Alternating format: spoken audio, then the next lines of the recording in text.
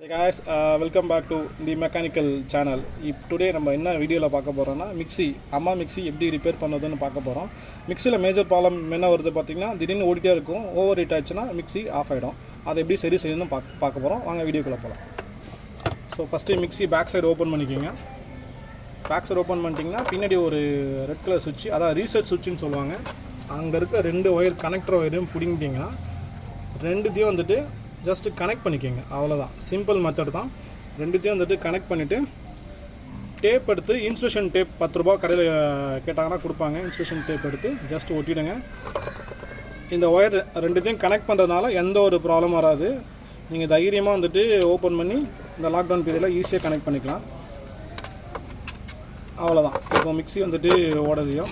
In case அந்த reset சுவிட்சை நீங்கள் மாற்றினீங்கன்னா கடையில் போய் எலக்ட்ரிக்கல் கடையில் போய் கேட்டிங்கன்னா 20 ரூபா தான்.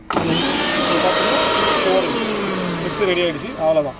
தேங்க்யூ ஃபார் வாட்சிங் தி மெக்கானிக்கல் சேனல். லைக் பண்ணுங்கள், ஷேர் பண்ணுங்கள், சப்ஸ்கிரைப் பண்ணுங்கள்.